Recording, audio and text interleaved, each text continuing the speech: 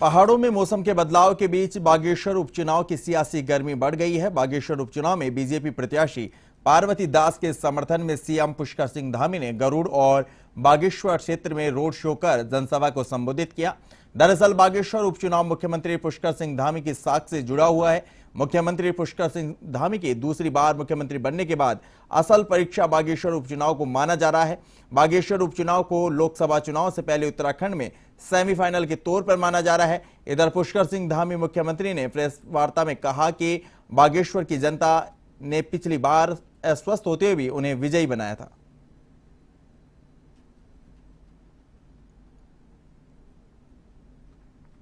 गरुड़ क्षेत्र में एक बड़ी ऐतिहासिक रैली आज हुई है। लोग कह रहे थे कि इससे पहले कभी इतनी बड़ी संख्या में माताएं बहनें बड़े बुजुर्ग नहीं आए। उसी प्रकार से अभी यहाँ पर जो हमने रोड शो का कार्यक्रम किया है, जनसंपर्क का कार्यक्रम किया है, उसमें भी लोगों की एक अभूतपूर्व संख्या यहाँ पर दिखाई दी है। सब लोगों ने अपने घरों से आशीर्वाद दिया है, समर्थन दिया है। लोगों ने साथ चलकर कहा है कि 5 तारीख को ऐतिहासिक मतदान करेंगे। मैं सभी से अनुरोध करना चाहता हूँ कि इस चुनाव में, चूँकि ये उपचुनाव भी हमारे पास एकदम से ऐसे समय पर आ गया, असमय ही आ गया। किसी ने सोचा भी नहीं था कि हमारे बीच से चंदन रामदास जी चले जाएंगे, लेकिन अब उनके इस प्रकार के दिवंगत हो जाने से।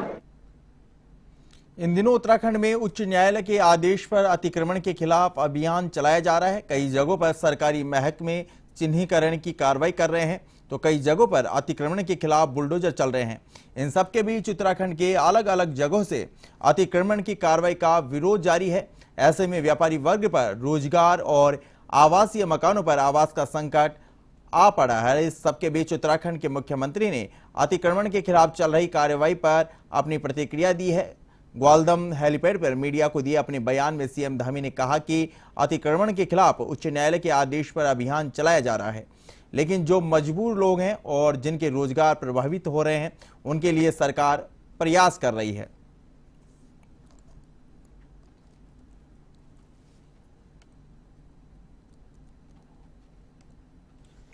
जो अतिक्रमण का है उसमें माननीय न्यायालय ने कहा है, लेकिन यहाँ मजबूरी भी है, दिक्कतें हैं, क्योंकि आपदा का भी समय है और पुराने समय से बसे हुए लोग हैं। तो निश्चित रूप से हम यही प्रयास कर रहे हैं कि किसी भी तरीके से लोगों को जो है हर संभव सहायता पहुंचाई जाए, उनका नुकसान न हो, उस दिशा में सरकार भी सोच रही है। वन नेशन वन इलेक्शन का प्रस्ताव लाने को लेकर पक्ष और विपक्ष दोनों में बहस जारी है। जहां एक तरफ भाजपा इस प्रस्ताव के फायदे गिनाने में लगी है, तो वहीं दूसरी तरफ विपक्ष इसे मोदी सरकार का एजेंडा बता रही है। विपक्ष का कहना है कि काफी लंबी प्रक्रिया है, जिसके लिए सरकार को सभी राज्यों के साथ बैठकर उनकी सहमति लेनी आवश्यक है। कांग्रेस के संगठन प्रदेश उपाध्यक्ष मथुरा दत्त जोशी ने कहा कि भाजपा को वन नेशन वन इलेक्शन करने की किस बात की जल्दबाजी है। वर्तमान में किसी भी राज्य के चुनाव की तारीख लोकसभा की तारीखों से मेल नहीं खाती है। ऐसे में बहुत सारे ऐसे राज्य हैं जहां पर वर्तमान सरकार की अवधि को या तो घटना पड़ेगा या फिर बढ़ाना पड़ेगा। वहीं दूसरी तरफ भाजपा के प्रदेश मीडिया प्रभारी मनवीर सिंह चौहान का कहना है कि इससे देश की प्रगति में काफी सहायता मिलेगी। वन नेशन और वन इलेक्शन के हो जाने से देश का काफी सारा धन जो कि चुनाव में खर्च होता था, उससे देश को मुक्ति मिलेगी। बता दें कि वर्ष 1967 तक देश में लोकसभा और विधानसभा के चुनाव एक साथ होते थे। हालांकि उसके बाद कई बार लोकसभा और कई राज्यों की विधानसभाओं के भंग होने के बाद से ये उनकी तारीखों में अंतर आता गया, जिसकी वजह से लोकसभा और राज्यसभा के चुनाव में अंतर देखने को मिलता है। वन नेशन वन इलेक्शन की थ्योरी मोदी जी की है। पहले भी विधानसभा के चुनाव हुए हैं, कभी ऐसा नहीं रहा। हाँ, चुनाव एक साथ हुए हैं, बहुत से समय पर चुनाव एक साथ भी हुए हैं, एक साथ होने भी चाहिए। हम भी पक्षधर रहते हैं, हम कोई इसका विरोध नहीं करते, लेकिन ये नई थ्योरी, आप नया शब्द आप ढूंढ के लाते हैं, शब्दों का शब्द जाल बुनते हैं, ये सब बिगाड़ा हुआ तो इनकी सरकारों का है। विभिन्न राज्यों में जब चुनाव होते थे तो विकास कार्य आचार संहिता के कारण भी प्रभावित होते थे, और साथ ही जिस प्रकार से अलग अलग प्रकार से चुनाव होते हैं उससे आर्थिक रूप से भी बहुत नुकसान देश को होता है। तो आर्थिक रूप से भी हमको लाभ मिलने वाला है और विकास की दृष्टि से भी हमको लाभ मिलने वाला है। इसलिए बहुत ही सराहनीय कदम केंद्र सरकार की तरफ उठाया जा रहा है और इसकी हम बहुत सराहना करते हैं। उधम सिंह नगर के जसपुर स्थित नगर पंचायत महुआ डाबरा में मेरी माटी मेरा देश कार्यक्रम में केंद्रीय रक्षा राज्य मंत्री अजय भट्ट ने शिरकत की, जहां भाजपा कार्यकर्ताओं ने उनका जोरदार स्वागत किया। वहीं कार्यक्रम में उन्होंने सभी से दिल्ली में बन रही अमृत वाटिका में सहयोग के लिए घर की मिट्टी या चावल लाने के लिए जोर दिया। कार्यक्रम में पूर्व सैनिकों को सम्मानित किया गया। इस मौके पर मुख्य अतिथि प्रदेश कार्यकारी सदस्य खड़क सिंह चौहान, मनोज पाल सिंह, जिला अध्यक्ष गुंजन सुकीजा, पूर्व विधायक शैलेंद्र मोहन सिंगल मौजूद रहे। केंद्रीय रक्षा राज्य मंत्री अजय भट्ट ने बताया कि प्रधानमंत्री के आह्वान पर गांव-गांव में मेरी माटी मेरा देश अभियान चल रहा है। लोग अपने आंगन की मिट्टी और चावल कलशों में रख रहे हैं।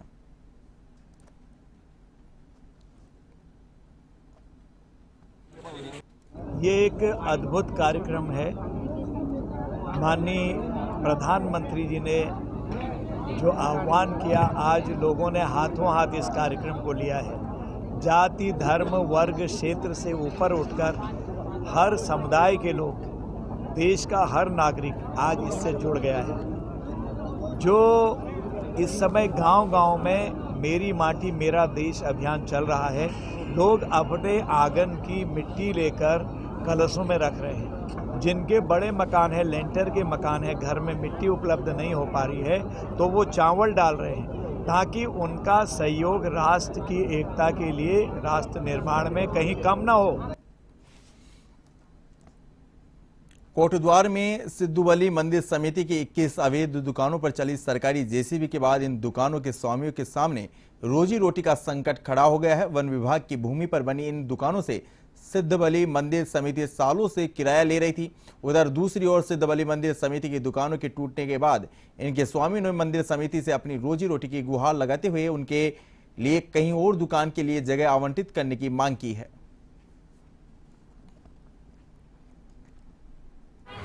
हमारी समस्या यह है कि हम लोगों की दुकानें टूटी हुई हैं, तो जो टूटी हैं हम ये चाहते हैं कि हमें कहीं पे जगह दे दी जाए, वहाँ पे कम से कम हमें बैठने का एक जरिया मिल जाए कि हम कुछ भी बेचें, चाहे खिलौने हो, प्रसाद हो, कुछ भी बेचें, हम सबको यानी बैठने की एक जगह दे दी जाए। तो इसके अंदर तो हम भी कुछ नहीं कर सकते। अब भैया अतिक्रमण में तो अतिक्रमण में हट गई। हमारे तो मैन जी ने बहुत कोशिश करी थी कि भाई रुक जाए, पर नहीं रुक पाई। उन्होंने तो बहुत कोशिश करी कि भाई दुकानें ना टूटे। जब हाथ से हाथ बाहर हो गई तो वो भी अब क्या कर सकते थे इसके अंदर। अब उन्होंने ये है कि मंदिर समिति ने हमको ये जगह दे रखी है प्रसाद वगैरह के लिए। उन्होंने मैन जी ने आश्वासन भी दे रखा है, बोल भी रखा है कि भाई जिनकी टूटी है उनको सबको जगह दे देंगे हम।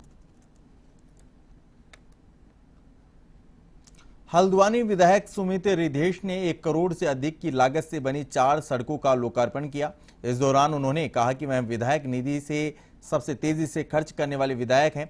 उनका लक्ष्य है कि हल्द्वानी को गड्ढा मुक्त बनाया जाए। सुमित रिधेश ने कहा कि आगामी विधानसभा सत्र में वो हल्द्वानी की सड़कों की बदहाली का मामला भी उठाएंगे, जिससे कि सरकार यहां की सड़कों को ठीक करने में तेजी दिखाए। और इसके अलावा अतिरिक्त 4 आज उद्घाटन है, जिसमें से 2 खनन न्यास के मद से हैं और 2 विधायक निधि के हैं। अब आप जानते हैं विधायक निधि सबसे पहले खर्च करने वाला विधायक भी मैं पूरे प्रदेश में था, तो अभी कई सारे लोकार्पण होंगे। हाँ, लेकिन राज्य सरकार को जो दायित्व निभाना चाहिए, जो संरक्षण देना चाहिए और जो विकास के प्रति सोच होनी चाहिए, कहीं ना कहीं उसमें कमी पाई जा रही है। और गड्ढा युक्त सड़कों की आदत हल्द्वानी वासियों को नहीं है, इसलिए बेहद आज कहीं माताजी जहाँ पे भी होंगी उनकी आत्मा में अवश्य कष्ट होगा। हल्द्वानी पुलिस के मोबाइल ऐप रिकवरी सेल को बड़ी सफलता मिली है। सेल ने खोए और चोरी हुए 302 मोबाइल फोन बरामद किए हैं। बरामद किए गए मोबाइल की कीमत लगभग 17 लाख रुपए बताई जा रही है। एसएसपी पंकज भट्ट ने मोबाइल स्वामियों को उनके खोए हुए मोबाइल लौटाए। इस दौरान एसएसपी ने बताया कि उत्तर प्रदेश, बिहार, दिल्ली, जम्मू कश्मीर, पश्चिम बंगाल और हिमाचल प्रदेश से यह मोबाइल रिकवर किए गए हैं। इस साल अब तक पुलिस ने 1 करोड़ 13 लाख रुपए के 630 मोबाइल रिकवर किए हैं।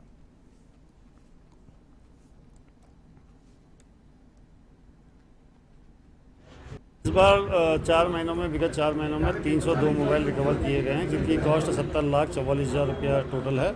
और इस साल 1 करोड़ 13 लाख के अभी तक मोबाइल रिकवर हो चुके हैं। इसमें पश्चिम बंगाल, तेलंगाना, आंध्र प्रदेश, हरियाणा, हिमाचल, इधर से भी काफ़ी संख्या में मोबाइल रिकवर करके लाए गए हैं। टीम द्वारा जो उत्कृष्ट कार्य किया गया, इसके लिए मेरी तरफ से 5,000 रुपये के इनाम की घोषणा की। आपका सर्विलांस सेल का गठन ही इसके लिए किया गया है कि वो जितना गुमशुदा मोबाइल है उनको सर्विलांस पर लगा करके उनको लगातार रीच करते रहते हैं और विभिन्न देश के स्थानों से उनको रिकवर करके यहाँ लाते हैं। और इसलिए हम लोग ज़्यादा से ज़्यादा लोगों से, पहले भी हम लोग का अनुरोध किया था कि अपनी अगर मोबाइल खो जाता है तो उसके बारे में सूचना हमें दें, जिससे भाजपा के प्रदेश मीडिया प्रभारी मनवीर सिंह चौहान ने बताया कि 3 सितंबर को बागेश्वर उपचुनाव का प्रचार थम जाएगा।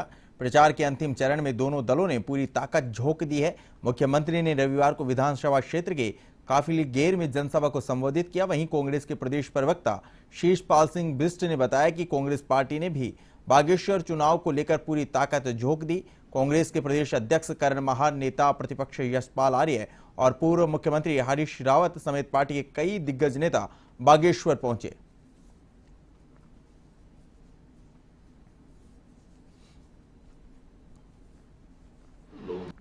कांग्रेस को व्यापक जन समर्थन मिल रहा है। युवा हों, चाहे महिलाएं हों, चाहे आम जनमानस हो, कांग्रेस की सभाओं में लगातार भीड़ जुट रही है और कांग्रेस के प्रति वहां पर माहौल भी है, जिससे भाजपा को बौखलाई हुई है। और आप अंदाजा लगा सकते हैं जिस तरीके से ग्राम प्रधान तक को धमकाने का काम किया जा रहा है। प्रशासनिक मशीनरी लगातार दबाव डाल रही है जनप्रतिनिधियों पर कि भाजपा के पक्ष में वोट करें।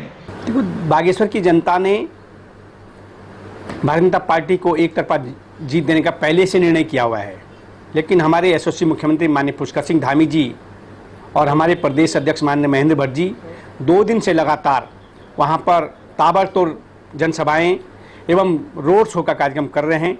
निश्चित रूप से जो बागेश्वर की जनता का आदरणीय मुख्यमंत्री पुष्कर सिंह धामी जी की के प्रति जो स्नेह और अगाध प्रेम दिखाई दिया रोड शो में, उससे लगता है कि बागेश्वर की जनता ने एक तरफा भारतीय जनता पार्टी को सुनिश्चित जीत की है। उधम सिंह नगर के लंबाखेड़ा में खाद्य विभाग ने नकली पनीर और घी बनाने वाली फैक्ट्री पर छापा मारा। खाद्य विभाग की टीम ने मौके से 9 किलो पनीर, वनस्पति घी, दूध आदि बरामद किया। संयुक्त टीम ने सभी के सैंपल लेकर जांच के लिए भेजे। सी और सीटी अनुष्का बडोला ने बताया कि खाद्य पदार्थ के सैंपल लिए गए हैं। वहीं पुलिस ने दूध से नकली पदार्थ बनाने के 2 आरोपी को गिरफ्तार किया है।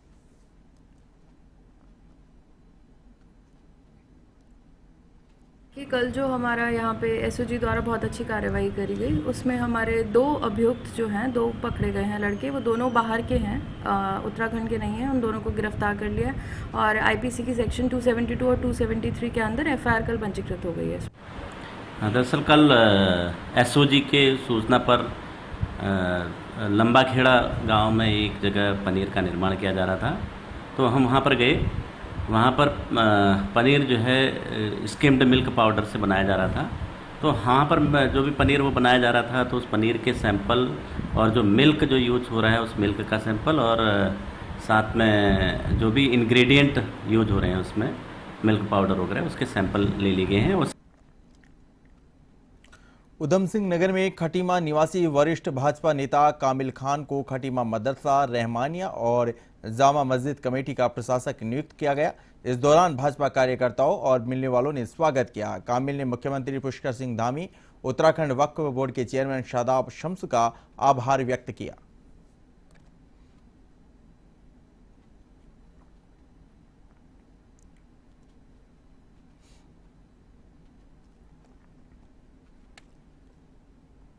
मुख्यमंत्री महोदय पुष्कर सिंह धामी जी और उत्तराखंड वक्फ बोर्ड के चेयरमैन शादाब शम्स जी का हार्दिक आभार धन्यवाद प्रकट करता हूं खटीमा की आवाम की ओर से। दूसरा यह है कि ये हमारे माननीय मुख्यमंत्री जी की एक दूरगामी सोच है अल्पसंख्यक समुदाय के लिए कि उन्होंने मुझे यहाँ प्रशासक नियुक्त किया है। और सबसे बड़ी खुशी की बात यह है अल्पसंख्यक समुदाय के लिए कि पूरे उत्तराखंड में 4 मदरसे जो हैं हाईटेक होने जा रहे हैं मॉडर्न मदरसों के नाम के तौर पर, जिसमें जो है एक देहरादून जिले में, एक हरिद्वार जिले में और एक नैनीताल जिले में और एक उधम सिंह नगर जिले में।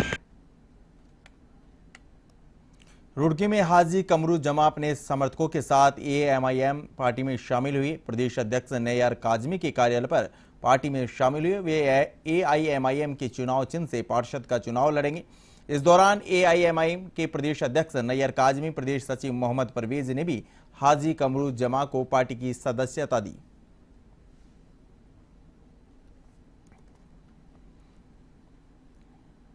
बहुत लाभ है, पार्टी मजबूत है, तो इसीलिए पार्टी है और इसकी सिंबल इंसालत सब मजलूमों की आवाज उठाते हैं। वो सब हिंदुओं मुस्लिमों सब उठाते हैं कि नीतियों और रीतियों से प्रभावित होकर इन्होंने ये कदम उठाया। मैं इनको खुशामदीद कहता हूँ कि इन्होंने मजलिस इत्तेहादुल मुस्लिमीन का दामन थामा और इस बात के लिए कि इस रुड़की शहर में जो इलेक्शन आने वाले चुनाव हैं नगर निगम के, यकीनन उसमें हाजी कमरुज़्ज़मा साहब को पार्टी की नुमाइंदगी करने का मौका मिलेगा।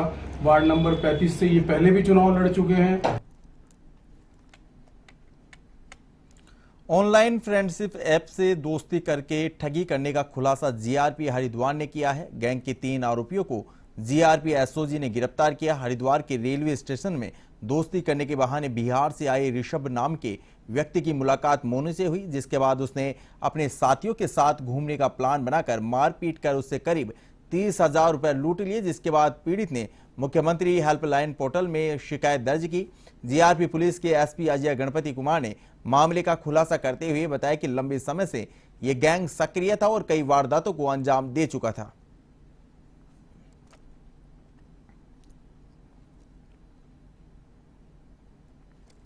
हमारे पास 19 जुलाई को एक कंप्लेंट आई थी सीएम पोर्टल से, जिसमें एक ऋषभ कुमार करके कंप्लेनेंट है, बिहार के रहने वाले, थाना मोहनिया। उन्होंने ये कंप्लेंट किया था कि वो हरिद्वार स्टेशन से उनको एक लड़के ने बाइक पर लेके गया शंकराचार्य चौक की तरफ, और वहाँ से कोई बैरागी लेके गया और वहाँ पे 3 से 4 लड़के पहले से खड़े थे और उसके साथ लूट हुई। उसके साथ मतलब लूट में उन्होंने कैश और एटीएम कार्ड और उसकी चेन, अंगूठी इत्यादि लूट लिए।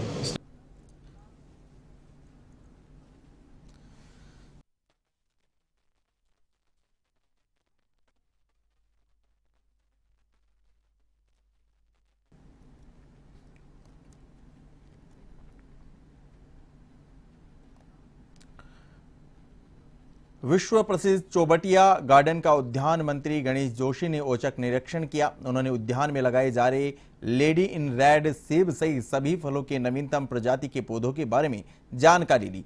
साथ ही उन्होंने सेब, प्लम, अखरोट, खुबानी, चेरी और नाशपाती के अलग अलग बनाए जा रहे ब्लॉकों को देखा। उद्यान अधीक्षक डॉक्टर गुप्ता ने बताया कि उत्तराखंड में खुबानी की यह प्रजाति पहली बार लगाई जा रही है।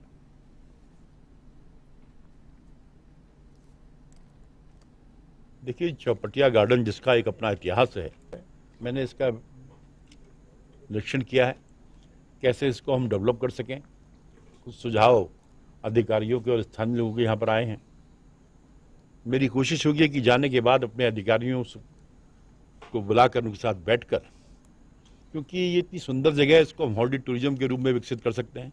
और फौज की वजह से कुछ दिक्कतें यहाँ टूरिस्ट को आने में आती हैं। मुझे यहाँ के स्थानीय लोगों ने बताया कि एक वैकल्पिक मार्ग जिससे यहाँ की दूरी भी कम हो जाएगी, तो मैं उसके बारे में अधिकारियों से बातचीत करके हमारी कोशिश होगी। हल्द्वानी में नशे के खिलाफ रन फॉर नेशन मैराथन दौड़ का आयोजन किया गया, लेकिन मैराथन दौड़ में हंगामा हो गया। एमबीपीजी कॉलेज से मैराथन दौड़ शुरू होनी थी, लेकिन वहां अव्यवस्था देख वहां पहुंचे बच्चे और उनके अभिभावकों में काफी नाराजगी देखने को मिली। मौके पर पहुंची पुलिस ने छात्रों और उनके अभिभावकों को समझाया। नैनीताल एसएसपी पंकज भट्ट ने मामले का संज्ञान लेते हुए मिथुन जायसवाल के खिलाफ धोखाधड़ी का मुकदमा दर्ज करने के आदेश दिए।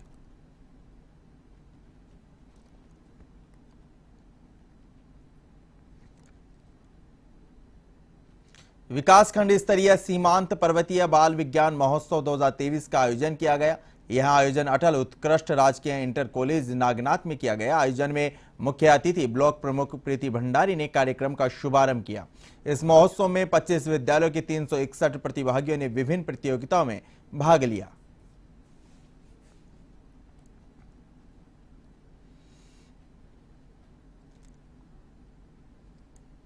द्वारा हाट इंजीनियरिंग कॉलेज में लगे किताब कौतिक में विद्यार्थियों की भीड़ उमड़ी। इस दौरान संस्कृति, साहित्य, लोक कला, इतिहास, भाषा आदि पर विषय विशेषज्ञों ने व्याख्यान दिए। वहीं इतिहासकारों, साहित्यकारों और लेखकों को सम्मानित भी किया गया। किताब कौतिक के तीसरे दिन विपिन त्रिपाठी कुमाऊं प्रौद्योगिकी संस्थान में रक्तदान शिविर का आयोजन किया गया।